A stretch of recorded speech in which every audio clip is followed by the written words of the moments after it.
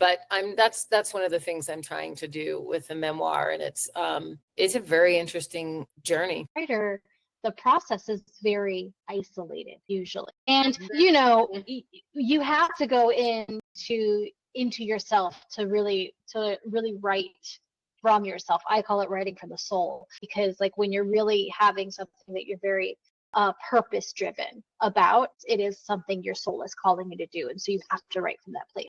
And so when you're going through that process, when you're in that deep self-reflection of what you're writing, knowing how did you navigate this writing process as, somebody who is obviously brilliant, but a new,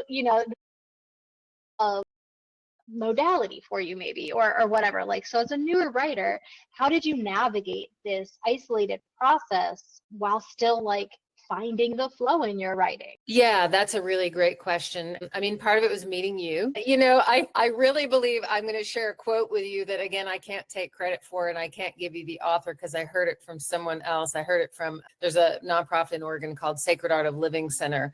And it was started by a 30-year retired hospital and hospice chaplain who had worked a lot with the dying. And you want to talk about matters of the soul. But the quote is, when you take one step closer to your soul will take 1,000 steps closer to you. Ooh, love that. Yeah. And so something that, as you said, the call to write a memoir. And for me, this has been a journey about what is my soul calling me to do, because my soul called me to leave the VA.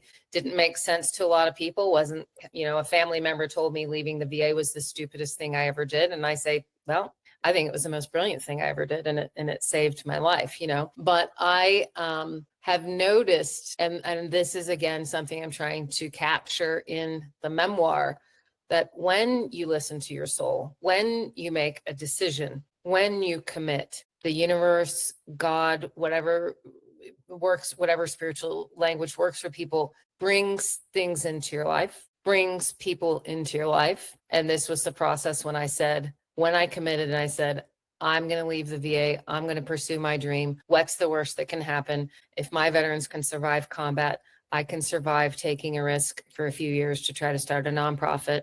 Little did I know how stressful it's going to be, but this is what I've experienced. And like, for real, being connected to you.